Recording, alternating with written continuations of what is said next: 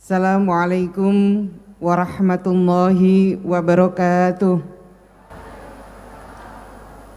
Bismillahirrahmanirrahim.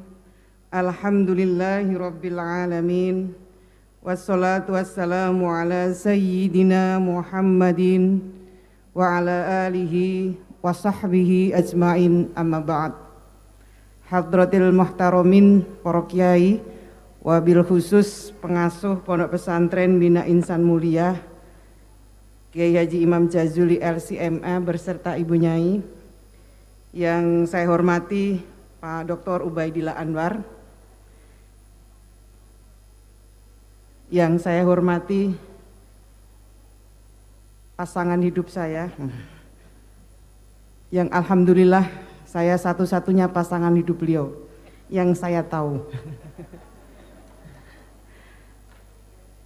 Para wali santri, calon wali santri, dan para calon pemimpin Indonesia.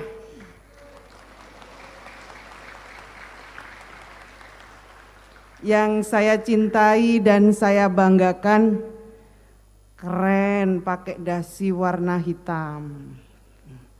Santri yang keren. Santriwatinya juga keren. Sungguh puji syukur yang tidak terkira kita hadirkan kehadirat Allah Subhanahu wa taala. Alhamdulillah pada pagi hari ini kita bisa silaturahim di ruang, di gedung yang mewah ini. Saya pagi hari ini bersyukur bisa hadir di tengah-tengah calon pemimpin Indonesia masa depan.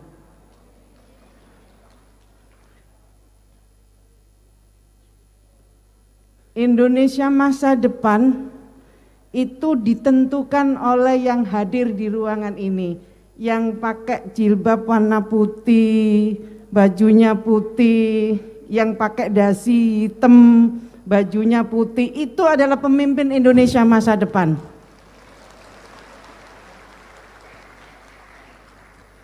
Indonesia tahun 2045 itu Indonesia akan masuk 1 abad, 100 tahun Indonesia. Siapa yang hidup pada masa itu? Siapa yang akan menjadi pemimpin pada masa itu? Yang akan menjadi pemimpin di masa itu adalah kalian semua yang ada di ruangan ini.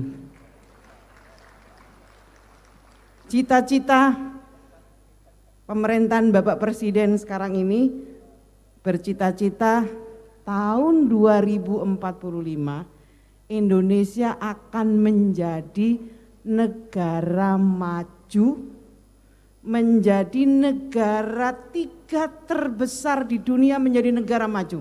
Keren nggak?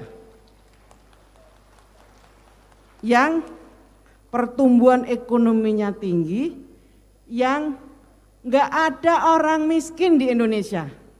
Jadi kemiskinannya 0%, itu Indonesia maju. Apakah bisa kita mendapatkan Indonesia maju pada saat 2045?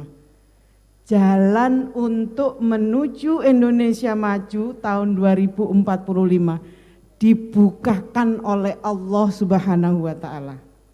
Cara membukakannya gimana? Sekarang sampai tahun 2030 kita akan dapat bonus demografi, dapat hadiah demografi. Apa sih bonus demografi itu?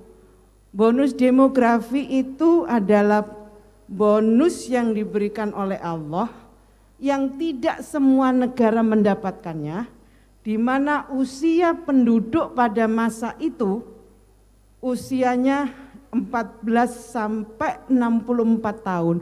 Jumlahnya melimpah, 70% jumlah penduduk Indonesia sampai tahun 2030 adalah manusia-manusia yang produktif, usia produktif.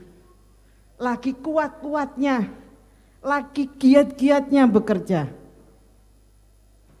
Bonus demografi itu adalah bonus yang tidak hanya dimiliki, jarang dimiliki oleh negara-negara. Siapa yang punya, negara-negara mana yang pernah mendapatkan bonus demografi? Negara yang pernah mendapatkan bonus demografi contohnya adalah Jepang, contohnya adalah Cina, contohnya adalah Korea Selatan. Dengan bonus demografi yang dimiliki oleh Jepang, mengantarkan Jepang menjadi negara maju, mengantarkan Cina menjadi negara maju, mengantarkan Korea Selatan menjadi negara maju. Cina itu karena dapat bonus demografi, kekuatan ekonominya pernah satu masa mengalahkan Amerika. Jepang dengan kekuatan bonus demografinya mengantarkan negara yang disegani oleh dunia, termasuk Korea. Mau nggak kita mendapatkan bonus demografi? Mau tidak mau kita akan mendapatkan bonus demografi. Pertanyaannya, apakah ini akan menjadi bonus ataukah ini menjadi madorot bagi bangsa? Itu tergantung kita semua, termasuk tergantung kita semua yang ada di ruangan ini. Saya percaya bonus demografi akan kita raih dan kita akan masuk menjadi negara maju di tahun 2045 kalau kita mempersiapkan dengan baik, termasuk pesantren Bina Mulia yang akan mempersiapkan Indonesia menjadi negara maju yang memiliki kedisiplinan yang tinggi seperti orang Jepang, memiliki etos kerja yang tinggi seperti orang Jepang, memiliki gaya hidup yang seperti orang Jepang, yang semua disiplin, gaya hidup, etos kerja yang tinggi itu sebenarnya adalah nilai-nilai Islam yang kita punya. Yang kita tidak punya adalah menerjemahkan nilai-nilai itu dalam kehidupan kita. Kalau kita bisa memanfaatkan ciri-ciri negara maju seperti negara Jepang, saya yakin dan percaya jalan Allah menuntun bangsa Indonesia ini menjadi negara maju akan tercapai. Dan tentu saja sangat berharap sekali Bina Insan Mulia ini menjadi bagian penting mengantarkan kita menjadi negara maju di 2045. Kita bisa bayangkan yang hadir di sini adalah tokoh-tokoh perubahan yang akan kita dapatkan sampai tahun 2045. Dengan mempersiapkan keahlian dan profesi masing-masing. Tadi dijelaskan ada assessment, ada minat bakat yang ditelusuri dari calon-calon pemimpin bangsa. Kita tidak hanya mengharapkan, kita tidak saja berharap pemimpin-pemimpin agama, kita juga butuh teknokrat.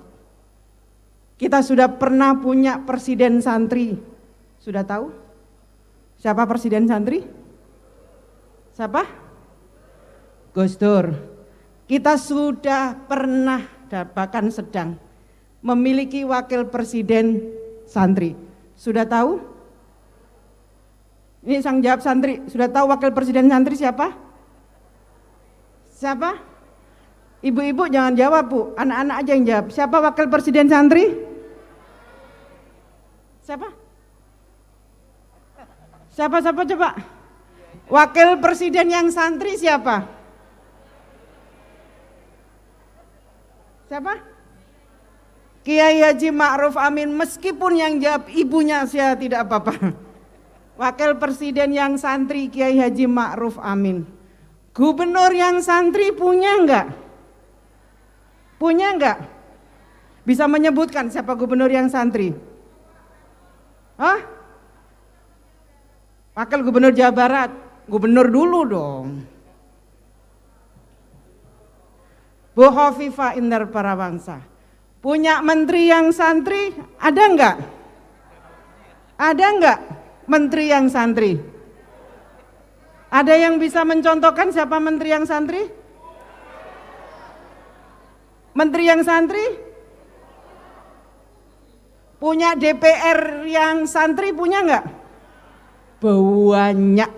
Contohnya yang Bapak di sebelah kiri saya itu DPR yang santri.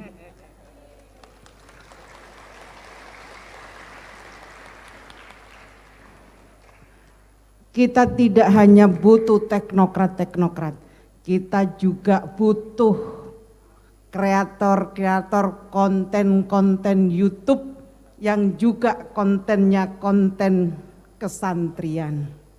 Kita juga butuh inovator-inovator baru yang juga santri.